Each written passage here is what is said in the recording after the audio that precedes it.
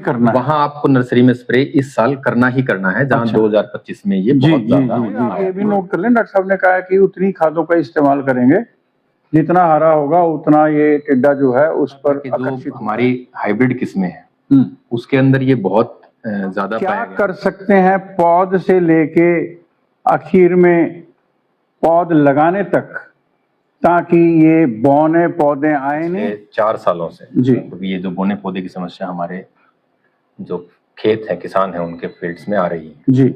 इसका पहले हमें रीजन पता है कि ये एक वायरस के थ्रू फैलता है, और ये जो वायरस है इसको फैलाने के लिए हमें एक वेक्टर की जरूरत होती है जी। इसका जो वेक्टर है या माध्यम हम कहें इस वायरस को फैलाने का, वो है WBPH, जिसको हम सफेद पीठ वाला तेला भी बोलते हैं। किसान साधारण भाषा में इसको सफेद पीठ वाला तेला बोलते हैं। कहा था कि जो हमारी हाइब्रिड किस्में हैं उसके अंदर ये बहुत ज्यादा पाया गया। हाइब्रिड में? जी। अच्छा जी, हाइब्रिड किस्में, और जो भी किस्म हमने 15 जून से 30 जून तक लगाई, जिसकी ट्रांसप्लांटिंग हमने करी, उसमें ये वायरस बहुत ज्यादा देखने को मिला। पिछले साल की बात है? ये पिछले साल की बात है सर, और पिछले 3-4 साल से यही ऑब्जर्वेशन है। अच्छा। कि जो 20 जून के बाद जो ट्रांसप्लांटिंग हुई है उसमें क्या है कि इस वायरस का प्रकोप थोड़ा कम देखने को मिलता है। अच्छा। इसके अलावा क्या है कि इसको जो फैलाने वाला है, जो हम कहते हैं सफेद पीठ वाला तेला जिसको बोलते हैं, उसकी निगरानी किसान अगर रखे तो इससे बचाव किया जा सकता है। तो ये जो सफेद पीठ वाला तेला है सर, ये हमें जो है नर्सरी में ही मतलब किसान को देखना है। अच्छा। और जो भी प्रभावित एरिया रहे पिछले साल, उसमें क्या हुआ, उसमें क्या करना है कि हमें बिना इंतजार किए स्प्रे के लिए जाना ही है। गुड। आपको एक स्प्रे करना है। आपकी नर्सरी जब आपने बो दी, उसके जैसे वो जर्मिनेट होती है, फुटाव करती है जी, उसके 7 दिन बाद, ये लगभग हो जाएगा 14 से 15 दिन जर्मिनेट, मतलब सोइंग के 14 से 15 दिन के बाद। मतलब जो अंकुरित बीज है या सूखा बीज क्यारी में डाला है जी, उसके 12-14 दिन में पहला स्प्रे करना है। जी बिल्कुल जी। 2 लीफ स्टेज, जब 2 पत्ते उसमें निकल आते हैं हमारे। अच्छा, कौन सा करना है डॉक्टर साहब? कितनी मात्रा होगी उसकी? डाइनोटाफ्यूरोन है सर, 20 WG करके एक दवाई है। अच्छा, मैं लिख रहा हूँ किसान भाइयों, दवा का नाम नीचे। वो उसकी मात्रा हमारी जो रिकमेंडेशन है, जो हमारा एक 80 ग्राम पर एकड़ की है, वो हम अपना जितना भी एरिया है नर्सरी का वो कैलकुलेट करके उसमें डाल देंगे। 200 लीटर पानी के अंदर हम उसको डाल देंगे। 80 ग्राम 200 लीटर पानी में ये 1 एकड़ के लिए है जी। और जितने एरिया में आप लगा रहे हैं क्यारी को माप लेंगे आप उतनी दवा की मात्रा का घोल उतने कम पानी में बना के फिर 12 से 14 दिन में, जैसा डॉक्टर साहब ने कहा है, जरूर स्प्रे करना है जी। या तो हम डाइनोटाफ्यूरोन जो मैंने अभी बताया 80 ग्राम, इसके अलावा एक और हमारा जो दवाई है पाइमेट्रोजिन 50 WG करके है, उसको हम 120 ग्राम 200 लीटर पानी में जी, वो भी प्रति एकड़ की डोज है। उसको उसी हिसाब से जैसे डॉक्टर साहब पाइमेट्रोजाइन या पाइमेट्रोजिन आप बड़े आराम से समझते हैं और इसको इस्तेमाल भी करते रहते हैं। मैं दवा लिख रहा हूँ, आप सुनिए कि कितनी घोलनी है और क्यारी में कैसे स्प्रे करना है। डॉक्टर साहब कितने दिन बाद करना है ये वाला?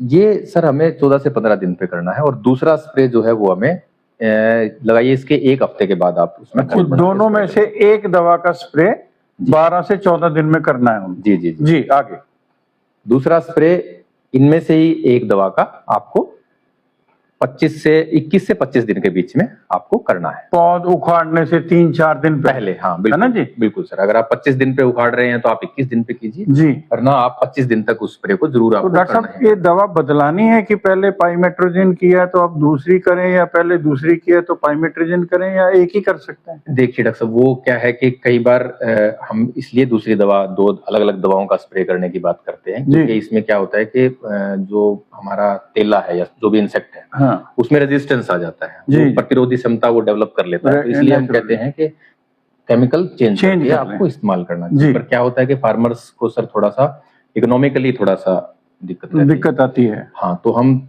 नर्सरी में हम दोनों सेम स्प्रे कर सकते हैं। ओके। लेकिन जब सितंबर के आसपास, जब ये फील्ड के अंदर तेला जो आता है, अच्छा, या फिर आपके जैसे आपने रोपाई कर दी, उसके बाद आपके फील्ड में फिर भी 1-2 जो है आपको बोना पौधा नजर आता है, तो आपको फिर से स्प्रे जो है ये 1 एकड़ में आपको करना चाहिए। ये डॉक्टर साहब कहाँ दिखेगा, ये कहाँ बैठता है ये व्हाइट बैक्ड हॉपर जो है, ये सफेद पीठ वाला तेला? इसको ढूंढना थोड़ा सा मुश्किल रहता है क्योंकि इसकी पहचान अमूमन क्या होता है कि बहुत से जो विशेषज्ञ भी हैं उनको भी नहीं होती जब आप इस पे काम करते हैं। लेकिन फार्मर अगर उसको देखे ध्यान से तो पहचान सकता है। इसकी पीठ पे एक सफेद रंग की लाइन होती है, वैसे तो ये काले रंग का होता है लेकिन पीठ पर इसकी सफेद रंग की लाइन होती है।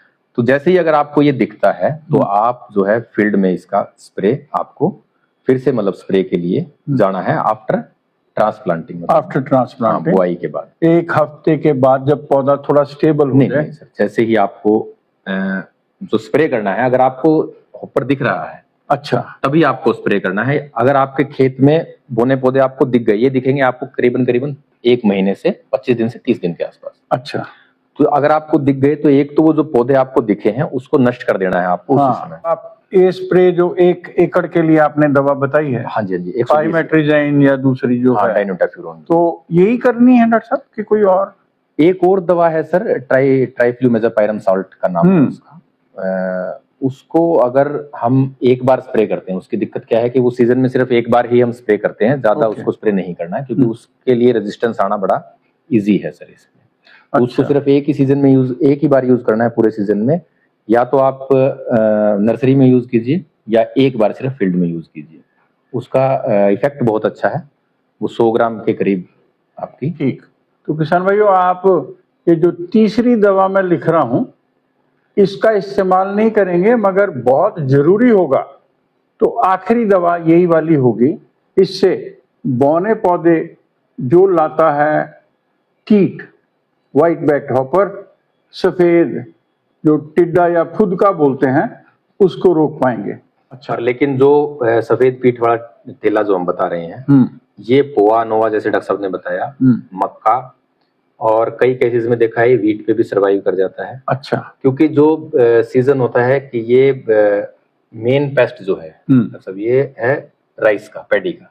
अच्छा, लेकिन इसको सर्वाइवल के लिए ऑफ सीजन में जब पैडी और ये सब अवेलेबल नहीं होता, होस्ट चाहिए। हाँ, तो को होस्ट उसको हम बोलते हैं। जी। तो वो को होस्ट इसका जैसे रिसर्च पेपर्स में है और मैंने खुद अपने सर्वेज में और ये नोटिस किया है कि ये मेज के ऊपर मक्का में ये इसकी प्रेजेंस मिली है जी, जो है। और कुछ डॉक्टर साहब आप सलाह देना चाहें किसानों को? जी, मैं जो हमारे किसान भाई हैं उनको ये भी कहना चाहूंगा कि नर्सरी जब हम उगाएं तो उसके लिए थोड़ा सा ये ध्यान रखना है हमें, जैसे छाया है जहाँ जी बहुत ज्यादा ग्रीन वेजिटेशन है या फिर मतलब आप ये कई हरे पौधे उगे हुए हैं, घास साथ में, हाँ, तो वहां पे थोड़ा सा अवॉइड करें।